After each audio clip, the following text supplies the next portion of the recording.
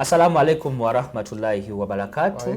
Nebaza nnyo abalabi ba Salam TV okuba nti mukyali naffe. Mwebale kutwagala, mwebale kulaba Salam TV. Program Obutonde bose Musango nange omuweerezaawo Ibrahim Bagala aliwo. Era nga leero olunaku olwaleero tulina technical plumber.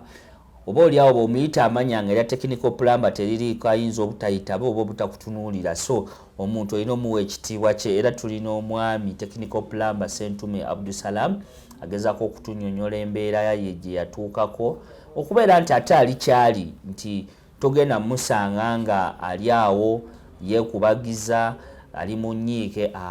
wabula ali mu kuba nti alaga nti wadde yayawukana mu butonde naye akyali w'amaanyi, akyali w'ambavu, era emirimu agikolera ddala. Muyinza okuba muli eyo ne mumuyisaamu akasimu ne mugamba owaayo ekiri bwe kiti ne bwe kiti. Ate abagambye ba technical plumber mu ggwanga lino batono ddala bayayaanibwa. So abali eyo abatulaba, abantu abaliko enkizo, tekigana kuba nti omwami ono omukubirako n'omwebuuzaako n'akuwa ku magezi, tomanya naawe oyinza okufuuka ekyo kyali. Mwami Sentume, abalabi ba Salam TV bakulaba era emboozi bagigoberera bulungi. Era we twakomye ng'otunnyonnyola emirimu abantu obatwala kantindiga nti otuuka okuba nga oteekebwa mu bantu abataano abasinza okukola. Kati mu mirimu guno gw'okola tugambe bakama abo bakwatibwa tugambe ekisa ne bakuwa omulimu. Kati awo ofuuse permanent employer. Buzibu ki bw'owasanga nti embeera gy'olimu, yes omulimu bagukuwadde, but the fact is oli wankizo. Buzibu ki bw'owasanga awo ng'okola omulimu ogutandise? Okutwaliza wamu kansooke neebaze omukulu Human Resource Manager wa Kampala Water, omukulu Makumbi Peter. Yannyamba nnyo kuba mu mbeera yange ey'obutonde nga bwondaba tikyali kyangu okulaba nga yeesiga omuntu nga nze nkole. Naye mwebaza okunneesiga nampa omulimu nkole. Yampa omulimu nenkola era mukakasa mukama wange Makumbi Peter sijja kukuswaza. Mulimu gwange ngwagala era nja kukola tuukirire ebiruubirirwa byange byendiko. Naye okutwaliza wamu nze saafuna buzibu nga bampadde omulimu olw'ensonga nali sikirowoozaako nakirowoozaako. Ate ekirala nafuna essanyu, nfunye omulimu ngenda sasulwa buli mwezi, ekitali kyangu nnyo wano e Kampala. Nti olw'embeera zo z'owalimu, olw'embeera zange zendimu, nfunye omulimu nsasula buli mwezi, kiba kitegeeza buli kimu kiba kikola kinyanguyira. Era nakati neebaza Allah olw'ekyengera eky'obulamu n'amagezi. Kikulu nnyo ekyo, n'amagezi okuba nga ntegeera. Mwebaza kola bulungi emirimu gyange, sina bintawaanya. Kati nga tuvudde ku saidi y'omulimu, challenges kyate z'ofacing oba z'ofacing eno? Zenfacinga mu mirimu gyange gye nkola ejja plumbing mu ba customers benkolera. Emirimu gye nsanga nti osanga customer nga ye alina kyayagala, naye ng'ate bw'ogezaako mumuwabula oyagala kino naye ate tukola kino kiba kikola kino. Oba baakulaba mu olw'endabikaayo n'obutonde bw'olimu? Bakasitoma bange ate benkolera munnange tewaliwo okubuusabuusa kubambuusabuusaamu, okuggyako nti obuzibu bwensanga nti ebintu matiriyo abawa bbeeyi. Matiriyo wa bbeeyi osanga kasitoma ayagala mukolera kino naye nga ssente z'ayina bw'obalamu matiriyo ne leba, kuba kati nga bwe nagambye nina ttiimu benkola nabo. Kati ate bwe tuddako wano mu physical, kuba tulaba abaseebisinga abantu awo be tulaba baba nonaasika kino n'okusika kino, gwawe ddala walibuuka.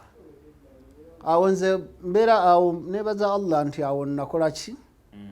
nabuukawo obeera ku supervising just nze mbeera supervising kati anti kiriwo ekiti kati ekizimbe nga kino kya media house wano bwe baba bakuwadde okukola omulimu togenda kujja nagundi olina obeera ne drill tuluzinga ezo kati wabeera wa drillinga waliwo ali ku pipe waka nze nsiba fittings emirimu bwe gityo bwe tutambuza bwe tuti emirimu kati obulamu soko otunyumizeko ku bulamu obuvudde ku byemirimu obulamu bwobutambula butya challenges zosanga obulamu alhamdulillah ng'embeera enyiga gwe omuntu omulamu ali eyandaba nange embeera enyiga nga bwe mulembe economy bwekoze eki bweyimiridde kuba oli ayinza okulaba tugeze nawe otambulira inakisaamu amaaso olina ebizibu okugenda mu bizimbe facilities kati embeera bw'oba Allah yagamba riziki makusumu era bw'embeera yonna bw'oba onoonya riziki tosuubira kusanga museeto kuki mwereere era osanga mu challenges bibaamu naye alhamdulillah seeka teri mbeera ya mirembe gyojja suubira era okusoomoozebwa kubeeramu naye byonna tulina bikwasa bukwasaani Allah kati tulabye kati awo ekiroto kyo wakituukako waliyo eyo omuntu ayinza okuba nga tayagala kubeera technical plumber ng'alina ekintu kyayagala abeere naye nga wankizo either nga tutandikire kuba enkizo nga obulemu bulabibwako naye ng'alina ekintu kyayagala okubeera ayinza okuba mwana muto oyo aba akyayinayo time ayinza okuba muntu mukulu ng'abadde awo yeetuddeko naye n'alaba emboozi yo n'agamba kantandikire awo olaba ono omwami ali bw'ati magezi kigo oyinza okumuwa kaakati naddala nze omanyi ngenda kukonsidalinga nnyo bannange ab'enkizo abaliko obulemu ti bw'obeera olina ekirooto olina okwekkiririzaamu ekyokulabirako kangwe ekyokulabirako tulina ba MP baffe mukulu Ajumaali Mpindi wankizo ne MP omukulu bali mwezo MP wenakawa ndozo laba competition negundi ne okuteeseza gyateesezaamu abantu mu parliament tasirika tulina omukyala Lola Kanusu MP waffe omukyala omula MP tubadde ne Ajati Sophia Nalole MP waffe naye asavinze eggwanga abantu bonna bolaba balina we bali so n'olwekyo abantu abaliko obulemu twekkiririzeemu tukole ate tube beesimbu tweyise na bulungi mu bantu tweyise bulungi kuba bw'oneeyisa obubi okubeera mu mbeera eyo ng'olina negative attitude okolima biki bintu ebyo tebiyamba so twekkiririzeemu ate mpozi n'ekirala badde nkusaba ompe empiseewo kano kati ffe olaba mbadde nkubira omulanga eri gavumenti bekikwatako tinaffe abantu abaliko obulemu kale batwesige batuwe omukisa ab'enkizo kuba tusobola okuweereza eggwanga kati naddala kati ng'eggombolo yaffe awo ekawempe kyewuunyisa nnyo okulaba nga ggombolola ekawempe awo tewaliwo omuntu aliko obulemu akolawo ow'enkizo ne ku reception tewaliwo omuntu nze nsaba ne president naffe atuwa omukisa tusavingeko nga batawuni kiraaka nga ba RDC tusobola okukola kuba tulina obumanyirivu tuli bayivu bannaffe bangi nnyo gye bali saba batukkiririzeemu nga tebanaba bakkiririzaamu mwenga mmwe abantu mwekkiririzaamu kuba tulaba ebiseera ebisinga obudde obusinga olaba omuntu najja njagala kino n'asaba kino kugamba oba nammwe abantu temubalaze nti muyina kye musobola okukola nga ensonga lwaki bakyabalowooza nti omuntu aliko obulemu talina kyasobola kukola tusobolera ddala okukola kuba twekkiririzaamu naye okujjako kyendaba nti abantu ab'enkizo abasinga bakola mu NGOs naye tusaba nze gavumenti ti abantu abaliko obulemu tuwa omukisa tusavinge gavumenti tukole mu bitongole ebya gavumenti kuba omukulu bali mwezo bw'aba asobola obeera nga MP nange Ssentume nsobola okukola nga town clerk sobola okukola nga engineer wa KCCA n'omutwali wali ate nga waliyo bannange bangi nnyo ba engineer nga beetaaga emirimu waliyo bannange bangi nnyo ba accountant nga basobola okukola mu bitongole ebya gavumenti finance biki tulina ba lawyer bangi omukulu Ddungu James gyali lawyer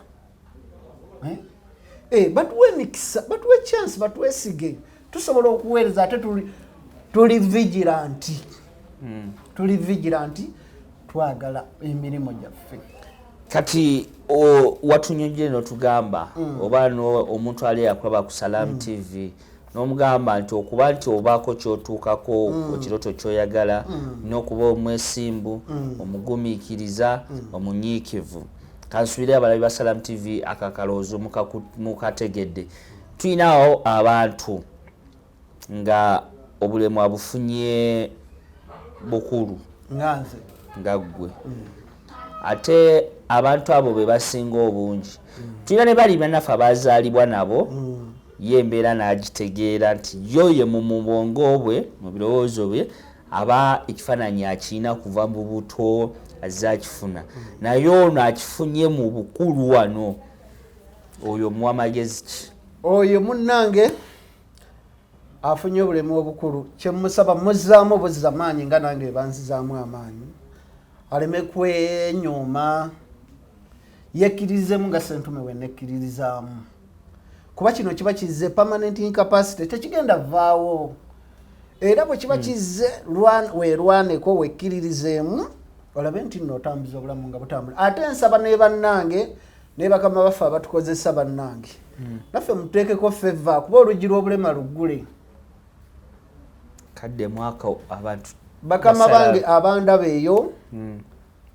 ne bannaffe abatulaba eyo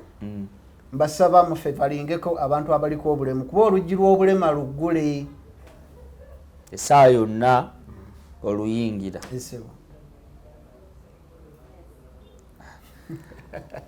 bali Salam TV noza mukitegedde nti oluggi lw'obulemu luggule nze oba ggwe essaawa yonna oluyingira so tubeere nga tubakwatibwa ekisa tubeere nga tubayambako mu bintu bye bakola inginiya mu dakiika obusigaddeyo nsaba abantu abali eyo baweeyo akalowoozo ko n'obugambo bwe obusembayo kakati abatulaba ku Salam TV nebaza nnyo bana okumpa omukisa okundeetako wano ne abatulaba eyo bannange naddala essira nsinga konsidalinga nnyo abantu ab'enkizo bannange tube banyiikivu mu bye tukola ekonomi mugiraba tulina okwerwanaku era nensaba ne gavumenti bannange abantu abaliko obulemu bannange mutuwe omukisa mutuwe chansi tusobola okukola nga ba engineer tusobola okukola nga ba town clerk tusobola okukola nga ba RDC abantu bonna so ne bannange abaliko obulemu bannange nammwe muve mu mbeera ey'okulowooza nti kansala yagenda MP meya abantu abo bannabyabufuzi batwetaaga mu biseera bya kalulu ye bw'anaali akalulu office agenda leetamu ba in-laws gwe tagenda kujjukira ate ekirala mwe mubalonda naye bo tebabalonda kitegeera so n'olwekyo nkubiriza bannange abandaba ku Salam TV bannange tweyise bulungi tubeere banyiikivu ate tubeere n'obuvumu n'okukola ennyo era nga nze nga Ssentume nsangibwa bwayise aneetaaze ng'olina omulimu ogwa plumbing onkubira ku namba y'essimu 0701 69 89 61 07 noti emu kaga mwenda kinana mwenda kaga mwe mpozi n'okunfollowinga ku pages zange Facebook Ssentume Abdul mbeerayo pozi ne email yange oyinza okumpereza email abdulsentume@gmail.com. tweyanzige nga wabagamye musobola omukonako ne mumunoonya nyinza obutaba mirimu naye ng'oli agala kwebuuzaako ng'olw'embeera gy'alimu nti ali wankizo ate aba ayagala okuba nti afuna ku magezi go. Yes, bose bwe tubadde olunaku olwaleero tubadde ne technical engineer Sentume Abdusalam era nga technical plumber akola mu by'amazzi era nga agezezzaako okulaba nga atubuulirira era mu abali eyo ab'enkizo n'abatali bankizo musobola okutwala amagezi gano asobodde okuba nga atubuulira olina akantu kwayogeddeko mbadde nsaba mu dakiika emu okaddemu nti omuntu okuba nga olina ekirooto kikyolina okukola. Bannange abandaba omuntu yenna ali eyandaba bw'oba olina ekirooto olina kwekkiririzaamu nakuba munyiikivu n'okutya Katonda n'okusaba nnyo Allah kusaasira okituukeko. Amiina. Tweyanzige. Programu Obutonde bwo si Musango mbadde omuweerezaawo Ibrahim Bagalaliwo tusinkane omulundi oguddako. Assalamu alaikum wa rahmatullahi wa barakatuh. Wa alaikum salam wa rahmatullahi wa barakatuh.